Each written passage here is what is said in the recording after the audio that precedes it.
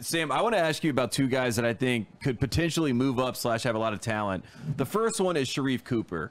And I feel like as we've gotten around the draft, I've heard a lot of Jaden Springers. I've heard a lot of Cam Thomas. I've heard a lot of these, other guards that have kind of jumped the ship. Maybe they go as high as 8 or 9 or somewhere in that range. But Sharife Cooper, to me, I mean, I know he was young money, cash money. I know there were some things about his Auburn days that, weren't the best. He said he did want to, but he was going to opt out, but then he opted in. But natural talent, I mean, I love Sharife Cooper. When he started playing, we thought he might be the best. Like, we're like, my God, is he the best freshman after all? Exactly. In the country? Yeah. I mean, he wasn't, but we thought it. For one game. For a moment in time. So he showed us the flashes. So, like, what do you see Sharife Cooper? I've seen New York Knicks. They obviously like him. But I've also seen Cam Thomas there. But do you like Sharife Cooper? Because I'm a little bit in love with him. I think Sharife Cooper is the best passer. He's the best live dribble passer in this class, and I think he's the best ball handler in this class. It's really hard to be like a 6'1" guard who weighs 170 pounds, who isn't a great shooter. See, this is the thing, Sam. He tricked the system. He got listed as 6'4" at the combine. So, like, I saw him listed as 6'4", and then I thought he grew 3 inches. I was like, he might be the #1 He's pick. still growing. He might be 3 years in the league, and he's 6'7". Okay, so he is 6'1". That's good to know. We've seen that man stand next to Bruce Pearl. Like, we know that he's not 6'4". Like, it's look, I love the skill set. Like, if he gets to the point where he can shoot, I totally agree with you. Like, I think there's a real possibility that he could be a starting caliber NBA point guard as someone that is this small. I'm a little bit skeptical on the shot. I don't love the way it comes out. I don't love the fact that he has this natural lean backward whenever he gets closed out on, because I think he feels like he has to try and get the shot up over these defenders who are just bigger and longer than he is. I think that just leads to some balance and rhythm difficulties for him. But if he can iron that out, I totally understand what you're saying. Like, I think he is a legitimate, probably going to enter the NBA as like a top 15, like, combination passer, ball handler, point guard in the league. And that's like high praise at the end of the day, right? Yeah, that's what I'm saying. If you're the New York Knicks, you sign Chris Paul, you bring in Sharife Cooper, and you have Chris Paul be the show, and you have Cooper behind him, and you also have Quickly as his combo guard, and then Duncan Robinson, free agent. Duncan Robinson, $80 million contract, and Knicks are winning the championship. Bada bing, bada boom. Jim left. What percentage of Duncan's contract are you guys getting? Oh my God! I mean, we're asking for 10. Not enough. Not enough. Asking for 10. Speaking of Duncan, in all seriousness, is there a prototype? Because what was it? 5 years ago, everyone in the draft was looking for the next Draymond Green. Yeah. Then Duncan Robinson comes on the scene, and maybe not everyone, but that was certainly seemed to be like a we say it tongue in cheek, but like how much are we actually joking that Joe Wieskamp is the next Duncan Robinson? True. Is Duncan the prototype? I mean, obviously everyone wants the superstar, everyone wants the Giannis and the LeBrons, et cetera, et cetera. But when you're looking for like second round value, what is the prototype that teams are looking for? Is it still Duncan? Please tell me it's still Duncan. I kind of do think it's still Duncan, if only because is just a very translatable skill to today's NBA. Like, a lot of the guys that I have pretty high on my board are very high-level shooters. Yeah. I would say also, like, teams are starting to get smarter about evaluating defense and, like, finding the guys who are good within a team construct. Like Herb Jones, for instance. Like, Herb Jones won the SEC Player of the Year, the Defensive Player of the Year in the league. I think he's starting to be like a guy like that is a likely top 40 pick this year, when 4 or 5 years ago, I think teams would have just looked at it and said, oh, he can't shoot. Like, there's no way we can play him. What about the Drew Holiday prototype? We call it that?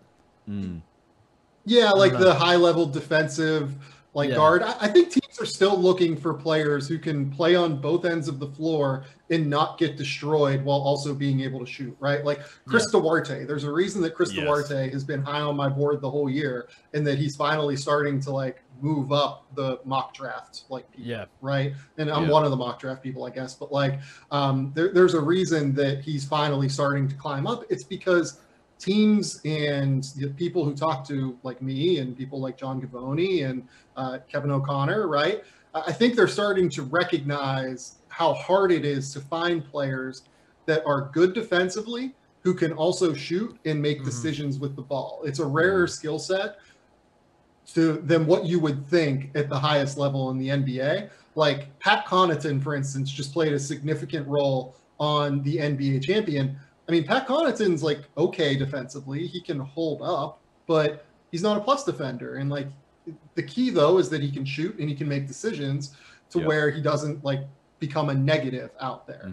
You know, there's a reason that Dante DiVincenzo was such a big loss for Milwaukee. It's because they didn't have that like legitimate two-way guard. And then on the other side with Phoenix, like when Dario Saric went out, it was actually a pretty big deal for them. Yeah, because Frank had to play. Ended up. Well, Frank had to play. Torrey Craig had to play. And Torrey Craig you're essentially playing 4-on-5 offensively, unfortunately, when he's out there. When Frank's out there, you're playing 4-on-5 defensively a lot of the time. Like, it's just hard whenever you lose that rotation player and you don't have a two-way, like, wing or a two-way forward who can enter the fold and actually be able to make plays on both ends of the floor and not take something away from your stars. It's got to be Jason Preston, the kid from Ohio who beat Virginia in the first round, declared early for the draft, could have come back and played for Jeff Bowles, decided against it. If you're what? I don't know. That seemed like a shot. That seemed like a shot. No, I was explaining what happened. That's literally what happened. All right. If you're the Preston family, how optimistic are you feeling both for draft night and moving forward as his career will progress professionally here?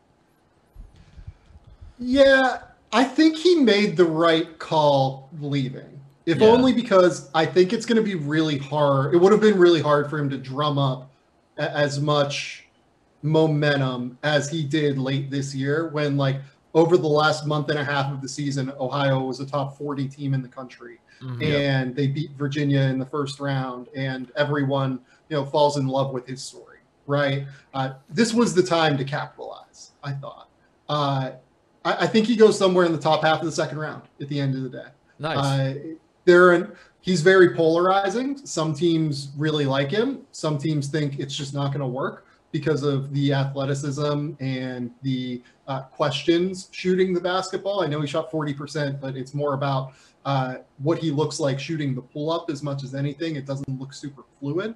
So I think that there are teams out there that really genuinely love Jason Preston and will probably move into that, like, you know, 30 to 40 range to pick him at the end of the day. But I would say him going into draft night is pretty fluid, if only because there are teams that are it's just a very polarizing player at the end of the day because it's such a weird game to evaluate.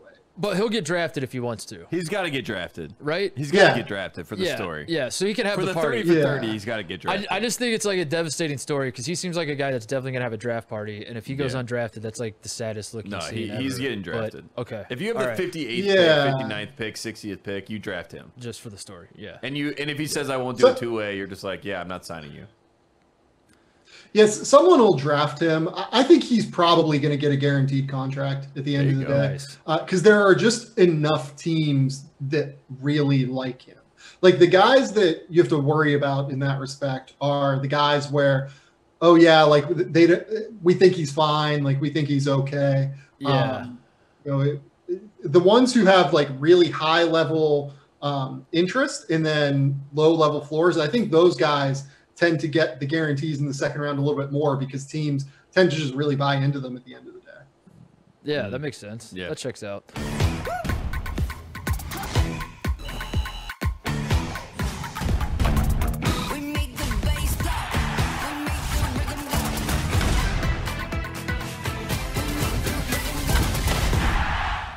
Hey there, thanks for watching Titus and Tate. For the full friend of the program experience, subscribe right below and come join us for all things college basketball. The action is heating up.